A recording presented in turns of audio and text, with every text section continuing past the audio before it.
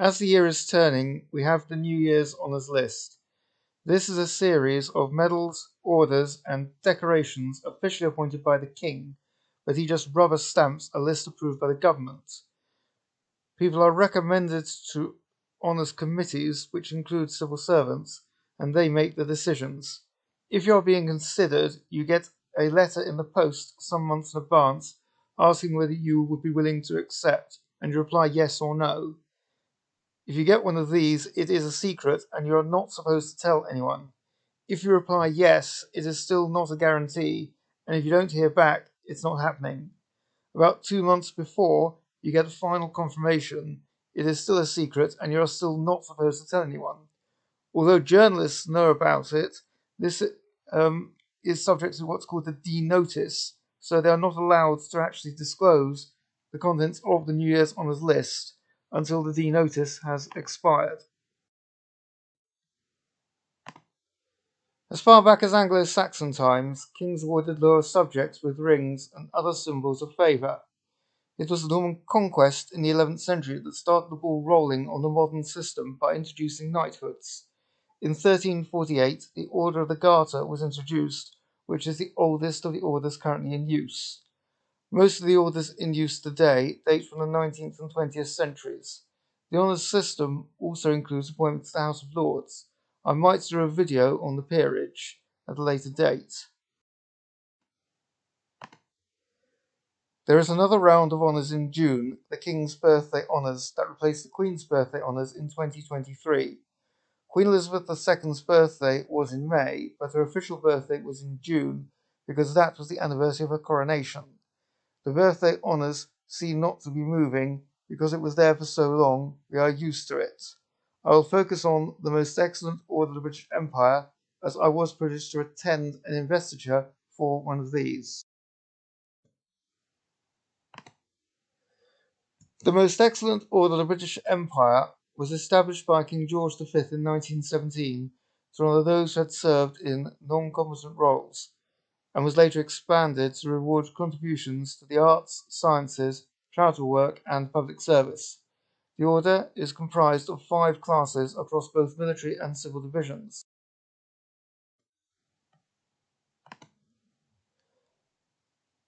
Dame Knight Grand Cross, GVE. Grand Cross, the highest class in many of the orders.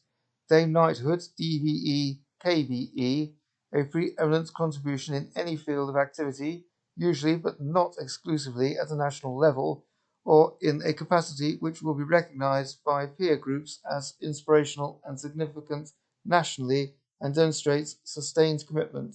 If you have this, your name is prefixed with Sir or Dame. Commander of the British Empire, CVE, a prominent national role of a lesser degree, a conspicuous leading role in regional affairs through achievement or service to community, or highly distinguished, innovative contribution in his or her area of activity. You put CVE immediately after your name before any qualifications, and so on from here on down. Officer of the British Empire, OBE, distinguished regional or countrywide role in any field through achievement or service to the community, including notable participations known nationally. Member of the Order of the British Empire, MBE, achievement or service in and to the community which is outstanding in its field and has delivered sustained and real impact, which stands out as an example to others. British Empire Medal, BEM, achievements or contribution of a very hands-on service to the community in a local geographical area.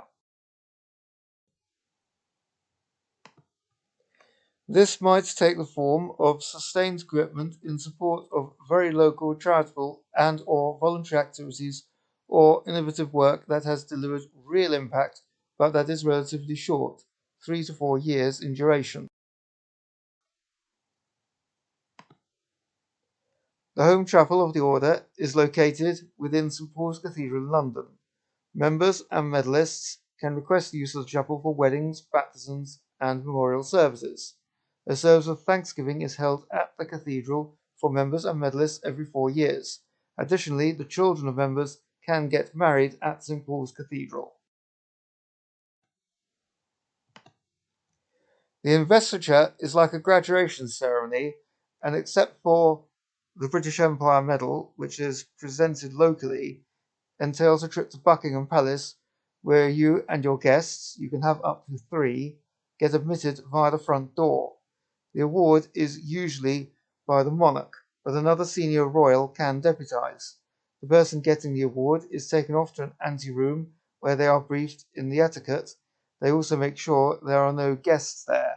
There is also a check that there are no awardees in the audience, who then also get an etiquette brief. Then the awardees start coming through. A member of staff announces each award, and then as each person comes out, states their first name and surname and what they got the award for. They come out, stand in front of the monarch, and with knights or dames are told to kneel before being touched on the shoulders with a broadsword. The monarch then says, "Arise, sir or dame, whoever." The monarch then says a few words and holds out their right hand, which is the signal your session is over. You shake it, then back away, turn, and walk off. Once you have entered the anteroom the other side, the next person is sent in. In the anteroom are the press, but they are only interested in the famous people. You are then led back into the chamber the other way and set in the middle, just like a graduation ceremony. For lesser awards, you stay on your feet whilst the medal is pinned on, but otherwise it is the same. At the close of the ceremony, everybody stands as the monarch leaves the chamber. Once the monarch has left, you can sit down again and wait until you are informed you can leave.